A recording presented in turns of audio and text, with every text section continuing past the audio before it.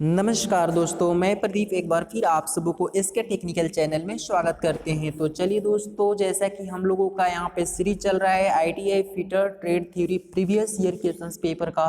Friends, उस series का यह 10वां क्लास है। अगर फ्रेंड्स अभी तक आप लोगों ने 9th क्लास तक नहीं देखे हैं तो फ्रेंड्स इस वीडियो के डिस्क्रिप्शन में उनका लिंक दिया हुआ है। फ्रेंड्स आप वहां से जाकर इस वीडियो को भी वॉच कर सकते हैं। और फ्रेंड्स, अगर आप लोग हमारे चैनल में नए हैं तो इस चैनल को सब्सक्राइब कर बेल नोटिफिकेशन को जरूर ऑन कर लें ताकि आपको रेगुलर अपडेट इसी तरह का मिलती रहे। तो फ्रेंड्स, चलिए हम इस वीडियो को स्टार्ट करते हैं। और उससे पहले हम आप लोगों से यही रिक्वेस्ट करते हैं कि फ्रेंड्स आप लोग इस वीडियो के अंत तक जरूर बने रहिएगा ताकि आपका सारा डाउट क्लियर होता रहे। तो फ्रेंड्स, जैसे कि यहाँ पे हम डिस्कस कर रहे थे जनवरी फरवरी 2017 के सेकेंड सेमेस्टर के क्वेश्चंस पेपर को। फ्रेंड्स, हमने इसका थर्ड पार्ट तक हमने इसका 40 क्वेश्चंस को डिस्कस किया था। और फ्रेंड्स, आज ये जो हमारा पार्ट रहने वाला है और जो सेकेंड सेमेस्टर का वो आपका फोर्थ पार्ट है और इसमें हम इस क्वेश्चन पेपर को कंप्लीट करेंगे। तो फ्रेंड्स, आप लोग इस वीडियो के अंत तक बने रहिए। और ये जो क्वेश्चन है ना, आपके आईटीआई की एग्ज़ाम्स में एकदम 90% आने वाले हैं। जो अभी जो अपकमिंग एग्ज़ाम है आईटीआई के जो फिटर ट्रेड से रिलेटेड होगा, उनके लिए बहुत ही ये इम्पोर्टेंट क्वेश्चन है फ्रेंड्स। तो आप लोग इस वीडियो को लाइक ज़रूर करें और अपने फ्रेंड्स में ज़रूर शेयर करें ताकि उनका भी सारा डाउट क्लियर हो जाए। तो चलिए समय को बिना गवाए इस वीडियो को स्टार्ट कर लेते हैं। तो हम चलिए डायरेक्टली यहाँ पे चलते हैं 41 नंबर क्वेश्चन की ओर और देख लेते हैं कि हमारा 41 नंबर क्वेश्चन क्या कह रहा है। तो फ्रेंड्स देखिए, बहुत ही यहाँ पे इंटरेस्टेड क्वेश्चन है। तो देखिए ये क्वेश्चन क्या बोल रहा है। 41 नंबर क्वेश्चन आपसे पूछा है फ्रेंड्स कि specification of grinding wheel is 51A 46L 5V 23 here 5 indicates. Friends, इसमें देखिए पूछा गया है आपसे, थोड़ा सा मैं क्वेश्चन को जूम कर लेता हूँ, है ना, ताकि आपको प्रॉपर यहाँ पे दिखाई दे सके। तो चलिए अब देखिए यहाँ पे ये जो क्वेश्चन आपसे पूछा है वो ग्राइंडिंग व्हील के मार्किंग सिस्टम से क्वेश्चन पूछा है। फ्रेंड्स देखिए, यहाँ पे जो ग्राइंडिंग व्हील होती है ना उसको हम इसी तरह का कुछ रिप्रेजेंट करते हैं। तो आज हम यहाँ पे डिस्कस करेंगे कि इन सभी चीज़ों का क्या क्या उसका अलग मतलब होता है। तो हम डिस्कस कर लेते हैं। देखिए फ्रेंड्स, जो 51 है ना, 51 क्या रिप्रेजेंट करता है। सबसे पहले 51 जो रिप्रेजेंट करता है आपका व्हील की प्रकृति, यानी नेचर ऑफ व्हील की प्रकृति को इंडिकेट करने के लिए हम यहाँ पे 51 दे देते हैं। और अगर हम बात करें फ्रेंड्स ए की, तो ये जो आपका रिप्रेजेंट करता है टाइप्स ऑफ एब्रेसिव, यानी कि किस प्रकार के एब्रेसिव जो है ग्राइंडिंग व्हील में लगाए गए हैं। क्लियर। अब अगर हम बात करें यहाँ पे 46, तो 46 जो आपका होता है वो ग्राइंडिंग व्हील के ग्रेन साइज को, यानी कि एब्रेसिव के ग्रेन साइज को रिप्रेजेंट करते हैं। एल की अगर हम बात करें तो ये जो है आपका ग्रेड है ना, ग्राइंडिंग व्हील के यहाँ पे जो एब्रेसिव होते हैं एब्रेसिव के ग्रेड को रिप्रेजेंट करते हैं। और 5 जो आपका यहाँ पर रिप्रेजेंट कर रहा है फ्रेंड्स वो आपका हो जाता है स्ट्रक्चर। Very good. और यहाँ पे देखिए जो वी रिप्रेजेंट करता है वो आपका हो जाता है यहाँ पे टाइप्स ऑफ बॉन्ड। और 23 जो होता है ग्राइंडिंग व्हील के यहाँ पे जो कंपनियाँ होती हैं वो कंपनियाँ अपना आइडेंटिफिकेशन मार्क डालती हैं। तो 23 कंपनी का आइडेंटिफिकेशन मार्क यहाँ पे हो जाता है। तो फ्रेंड्स, यहाँ से जो मार्क करके क्वेश्चन आपसे पूछा है कि 5 क्या इंडिकेट कर रहा है ना। देखिए फ्रेंड्स, वीडियो तो थोड़ा सा लंबा होता है लेकिन हम आप लोगों को यही प्रयास करते हैं कि आपका सारा डाउट इससे रिलेटेड भी क्लियर हो सके। तो आप लोग अगर आईटी के स्टूडेंट्स हैं तो आप ज़रूर एक कॉपी और पेन लेकर बैठें और जो भी हम इससे रिलेटेड क्वेश्चन आपको हम बताते हैं उसको आप नोट करते जाएं, है ना, ताकि आपका सारा डाउट क्लियर होता जाए। तो फ्रेंड्स इसी तरह से देखिए हमने यहाँ पे बताया कि 51 जो है आपका ग्राइंडिंग व्हील के नेचर के बारे में बताता है। ये जो है आपका ग्राइंडिंग व्हील के अब्रेसिव जो होते हैं ना, टाइप्स ऑफ एब्रेसिव, उसके बाद ग्रेन साइज, स्ट्रक्चर, यहाँ पे ग्रेड 5 जो है आपका स्ट्रक्चर को इंडिकेट करता है, बी जो है टाइप्स ऑफ बॉन्ड का, और 23 जो है आपका व्हील बनाने वाले कंपनी का आइडेंटिफिकेशन मार्क अपना डालती है ना। तो यहाँ पे जो 5 आपका इंडिकेट कर रहा है फ्रेंड्स, अब आप समझ गए होंगे जो 5 आपका इंडिकेट कर रहा है वो आपका इंडिकेट कर रहा है यहाँ पे स्ट्रक्चर योर यहाँ पे इंडिकेट कर रहा है ना। तो आपका राइट आंसर यहाँ पे ऑप्शन सी हो जाएगा। तो ऑप्शन सी आप लोग नोट करिएगा। क्लियर। अब चलिए यहाँ पे हम फ्रेंड्स बात कर लेते हैं 42 नंबर क्वेश्चन आपसे पूछा है। देखिए बहुत ही इंटरेस्टेड क्वेश्चन यहाँ से पूछा है कि in the above question letter L indicates. देखिए फ्रेंड्स इससे रिलेटेड क्वेश्चन आपसे यहाँ पे पूछ लिया गया कि जो ऊपर में आपका जो एल रिप्रेजेंट कर रहा है, एल जो यहाँ पे है वो क्या इंडिकेट कर रहा है। क्लियर। तो अभी हमने जस्ट बताया कि जो एल है आपका फ्रेंड्स वो क्या ग्रेड को रिप्रेजेंट करता है। किसका? तो ग्रेड को आपका रिप्रेजेंट कर रहा है, ग्राइंडिंग व्हील के यहाँ पे ग्रेड को।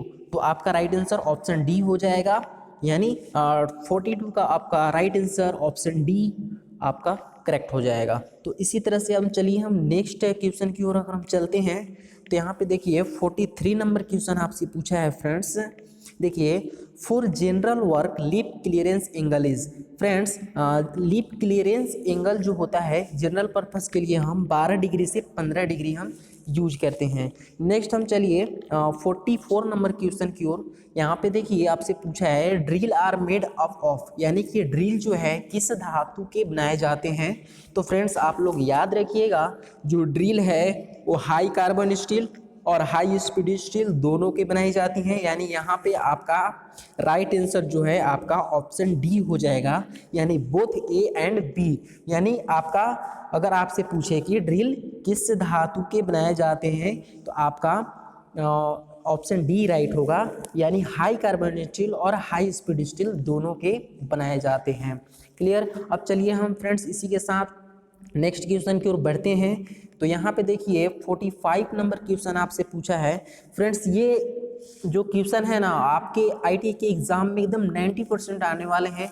तो ये आप लोग मान के चलिए कि यही क्वेश्चन एकदम 100% यही क्वेश्चन पूछते हैं, और अगर पूछेगा भी तो कोई डिजिट भी चेंज नहीं करेगा, एकदम डायरेक्टली क्वेश्चन पूछता है। तो आप लोगों के लिए बहुत ही इंपॉर्टेंट ये सीरीज है, इसलिए इसको आप लोग लाइक करें और अपने फ्रेंड्स में भी शेयर कर दें ताकि उनका भी डाउट क्लियर हो। और अगर आप लोगों को ये सीरीज पसंद आती है फ्रेंड्स तो लाइक ज़रूर करिएगा, और अगर नहीं पसंद आती है तो यहाँ पे डिसलाइक भी कर सकते हैं, उससे कोई दिक्कत नहीं है। लेकिन उससे पहले आप कमेंट करके ज़रूर बताइएगा कि सर इसमें कमी क्या है ना। तो चलिए फिर से यहाँ पे देख लेते हैं हम 45 नंबर क्वेश्चन।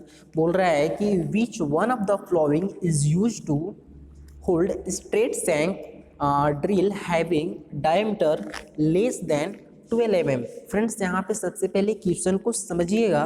क्वेश्चन बोल रहा है कि 12 mm से कम डायामीटर वाले ड्रिल को 12 mm से कम डायामीटर वाले ड्रिल को यानी स्ट्रेट सैंक ड्रिल को होल्ड करने के लिए निम्नलिखित में से किसका प्रयोग करते हैं। एक बार फिर से फ्रेंड्स समझिएगा क्वेश्चन को। बोल रहा है कि 12 mm से कम डायामीटर वाले स्ट्रेट सैंक ड्रिल को, है ना, पकड़ने के लिए यानी कि होल्ड करने के लिए, यहाँ पे पकड़ने के लिए हम निम्नलिखित में से किस का प्रयोग करते हैं। तो फ्रेंड्स देखिए यहाँ पे ऑप्शन दे रहा है, option A sleeve, option B socket, option D drill chuck, option D आपका है ड्रिल ड्रिफ्ट। तो फ्रेंड्स यहाँ पे अगर हम बात करें ना 12 mm से कम वाले स्ट्रेट सैंक ड्रिल की होल्ड करने के लिए, तो आपका राइट आंसर हो जाएगा यहाँ पे ऑप्शन सी होगा। क्या होगा फ्रेंड्स? ऑप्शन सी होगा, यानी ड्रिल चक में हम उसको होल्ड कहते हैं। ये आप लोग याद रखिएगा। अब चलिए नेक्स्ट क्वेश्चन की अगर अगर हम बात करें फ्रेंड्स, नेक्स्ट क्वेश्चन आपसे पूछा है यहाँ पे 46 नंबर क्वेश्चन।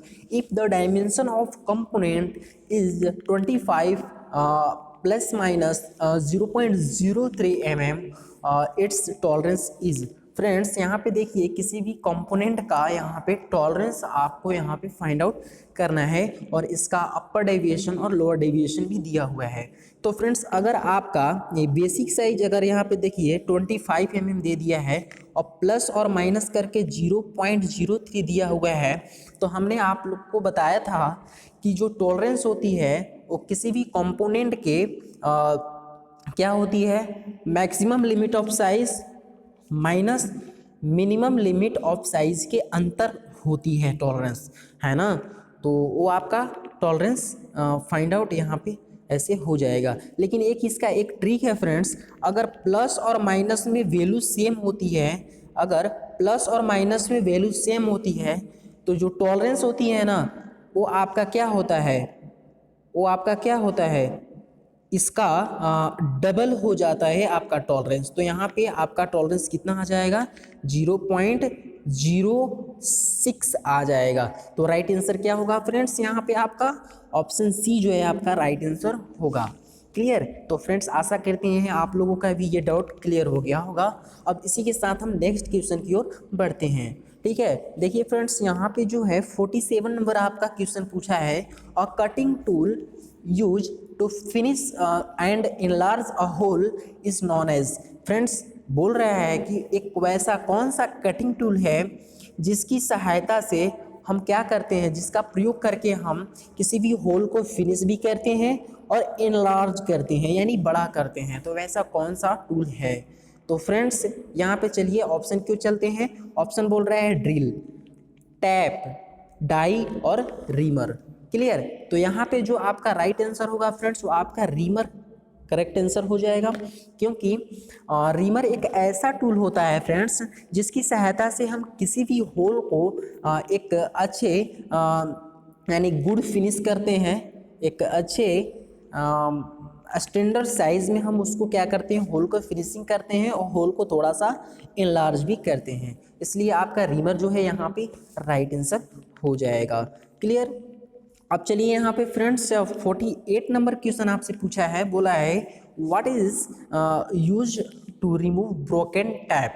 फ्रेंड्स यहाँ पे ध्यान दीजिएगा, क्वेश्चन बोल रहा है कि टूटे हुए टैप को निकालने के लिए यानी रिमूव करने के लिए आप किसका प्रयोग करते हैं, है ना। ध्यान दीजिएगा फ्रेंड्स, यहाँ पे बोल रहा है कि टूटे हुए टैप को यानी कि ब्रोकन टैप। फ्रेंड्स ध्यान दीजिएगा, ब्रोकन टैप यानी कि आप टैपिंग कर रहे हैं और क्या हुआ कि किसी कारणवश आपका जो टैप है ना वो होल में ही टूट गया। क्या है, आपका जो टैप है वो होल में ही टूट गया। तो आप उस टूटे हुए टैप को निकालने के लिए निम्नलिखित में से किसका प्रयोग करेंगे। तो यहाँ पे फ्रेंड्स आपका राइट आंसर होगा यहाँ पे टैप एक्सट्रैक्टर। टैप एक्सट्रैक्टर एक ऐसा टूल होता है जो किसी भी होल में टूटे हुए टैप को निकालने में मदद करता है। तो आपका राइट आंसर ऑप्शन सी हो जाएगा। यहाँ पे नोट करेंगे आप सभी, है ना। तो चलिए अब इसी के साथ हम नेक्स्ट क्वेश्चन की ओर बढ़ते हैं। फ्रेंड्स यहाँ देखिए आपसे पूछा है 49 number question, interchangeability is normally apply for. Friends ध्यान दीजिएगा, इंटरचेंजेबिलिटी किसके लिए अप्लाई होता है ना। तो इंटरचेंजेबिलिटी जो है फ्रेंड्स वो मैक्सिमम आपका यहाँ पे मास प्रोडक्शन के लिए यूज होता है। तो राइट आंसर आपका ऑप्शन बी हो जाएगा। क्लियर, बात समझ में आ रही है क्या, है ना। इंटरचेंजेबिलिटी का हम इंटरचेंजेबिलिटी जो अप्लाई किया जाता है वो कहाँ पे किया जाता है, तो मास प्रोडक्शन में ज़्यादातर इसका यूजेस किया जाता है। राइट आंसर आपका ऑप्शन बी हो जाएगा। ठीक है। अब चलिए फ्रेंड्स यहाँ पे देखिए नेक्स्ट क्वेश्चन है आपका, लास्ट क्वेश्चन है इस क्वेश्चन पेपर का। बोल रहा है कि gauge are made up of, यानी कि जो गेजेस होते हैं फ्रेंड्स वो किस धातु के बनाए जाते हैं। तो फ्रेंड्स आपका राइट आंसर होगा ऑप्शन ए यानी एलॉय स्टील का आपका गेजेस बनाए जाते हैं। तो फ्रेंड्स आज के लिए इस वीडियो में तो इतना ही। आप लोगों को इस वीडियो के अंत तक बने रहने के लिए बहुत बहुत धन्यवाद। Thank you and bye bye. फिर मिलेंगे हम नए वीडियो एक नई जानकारी के साथ, तब तक के लिए नमस्कार।